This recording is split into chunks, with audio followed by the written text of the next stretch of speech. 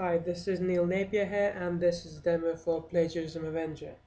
Now, Plagiarism Avenger is a WordPress plugin that has been in the development for more than 6 months, actually almost 9 months. And the reason behind making this plugin is helping bloggers, helping people who write online content on their own website to preserve it. So let's say you run a blog and you publish unique content every day or every week. So if someone copies that content, you can be alerted that someone is copying and using your content. We've tried to create this plugin and we've tried to make it as simple to use as possible. What I'll do in this demo is I'll just give you a quick walkthrough of what this plugin can do. Now, we have so far divided this plugin into two, sort of a standard and a light version. What I'll show you is a standard version, but I'll tell you where what features are more available in this version than say in the light version.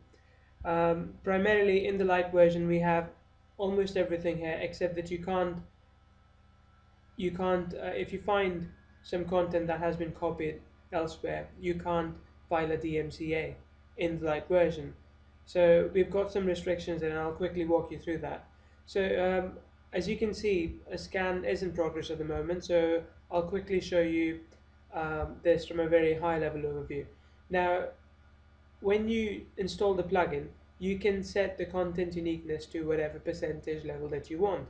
The minimum is 25 and the maximum of course is 100. So generally I would say a safe limit is about 70-75%. So if someone is copying about 70% of your content, you can set this so that you can be informed when someone copies or uses your content, or even if they've done it in the past, you will know about it. Now there's a button here which is missing now because we're running the scan, but it lets you run the scan at any time, at a precise time when you click that link. So that sets the scanning process in the background as it is running now, or you can set a day, time and frequency of when you want to run the scan on automatic.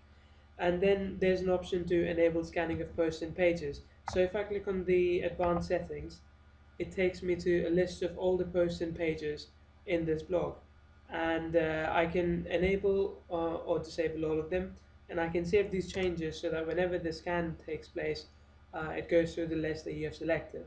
And then in the light version as well as the standard, there's a feature where you can whitelist websites.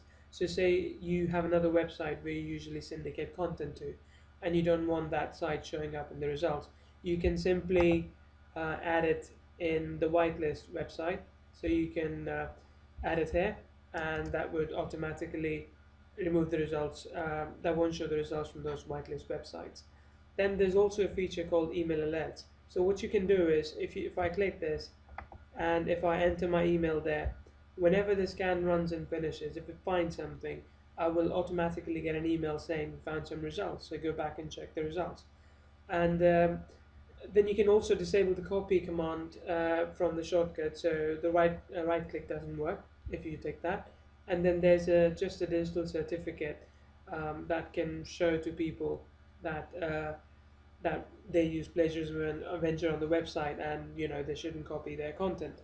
So it's more for branding purposes, but it serves the same result, that it builds authority. It shows that you are careful about who copies your content. Now I just want to quickly walk you through the scanning results. And so when I run this scan, these are the kind of results I get, and these results are updated on the fly. Now I've set the percentage to 25, so I'll work with this last example. I've set the percentage to 25, so it also brings up results which have say 27, 36 and 27% similarity.